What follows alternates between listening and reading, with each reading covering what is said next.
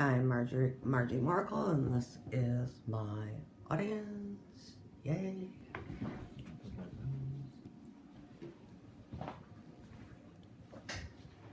Just in case you thought this election season was crazy and chaotic, you haven't seen nothing yet.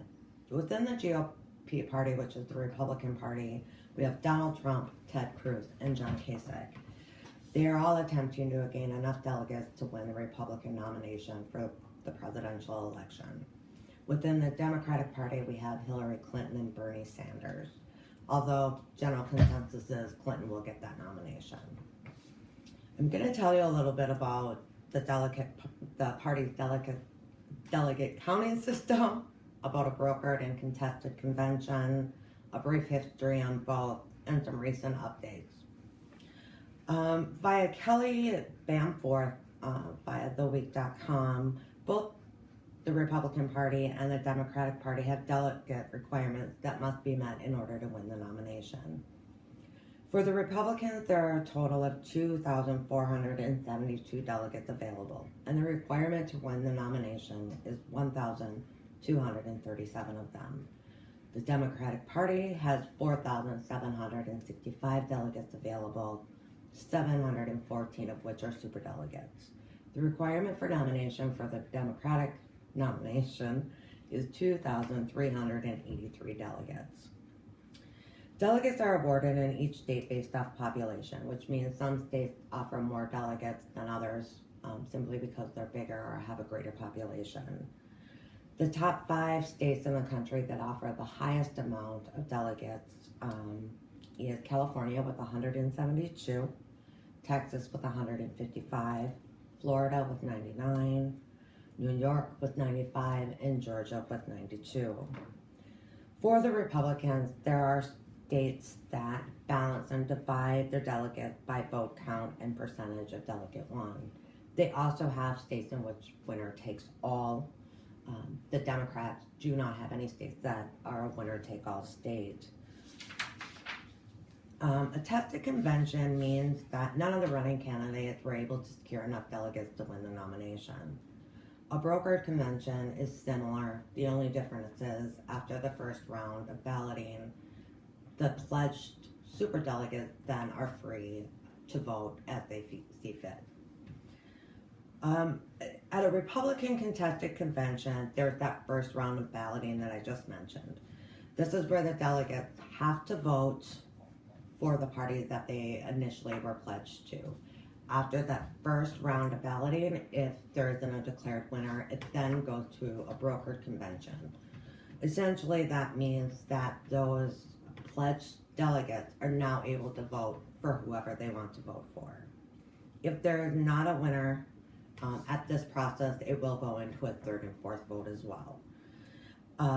Via John Voorhees on state.com, he has indicated that a broker convention means that delegates are released from their pledged votes, and at this time, again, can vote for any candidate that they want, but it also has more to do with the schmoozing of the delegates, which Republicans and Democrats alike are doing that well before the convention. A brief history of contested brokered conventions. The very first Republican contested convention was in 1860. The candidates were Abraham Lincoln and William Seward. Seward was anticipated to win the nomination. However, Lincoln prevailed and won the nomination as well as the presidency. The first Democratic contested convention occurred in 1832. The candidates at that time were Andrew Jackson and John Calhoun. Despite the public's counted votes for Calhoun, the party refused to appoint him the nomination. And according to Daniel Bush, Andrew Jackson was chosen and won the nomination, not only the first run, but the second. Since 1956, neither party has had a contested convention go past the first round of ballots. Updates and changes since I originally wrote the speech. We have seen Bernie Sanders take an additional 4 states.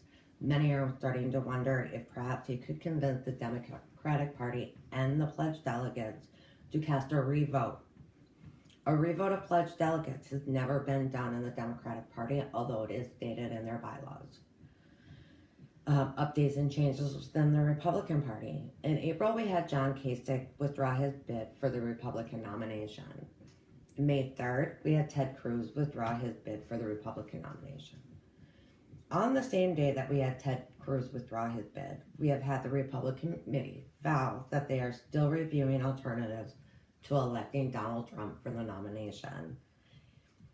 There are many factors that go into a nomination for the presidency on both sides of the political scales, and it appears it has been this way for many years. Confusion arises for many in regards to delegates versus superdelegates, delegate count by state, and whether or not a state divides up their delegate count. This year's election is bound to get even more chaotic and confusing within the Republican Party. Even with the recent withdrawals of John Kasich and Ted Cruz, we still have the Republican committee still vowing to find an alternative to Donald Trump. And in true fashion for Margie, Ted Cruz had to end his campaign 2 days before my speech was due. However, with him withdrawing, it does not mean that Donald Trump will win the nomination. If he doesn't claim the required amount of delegates prior to the convention, the Republican Party will stop at nothing to stop him. Thanks.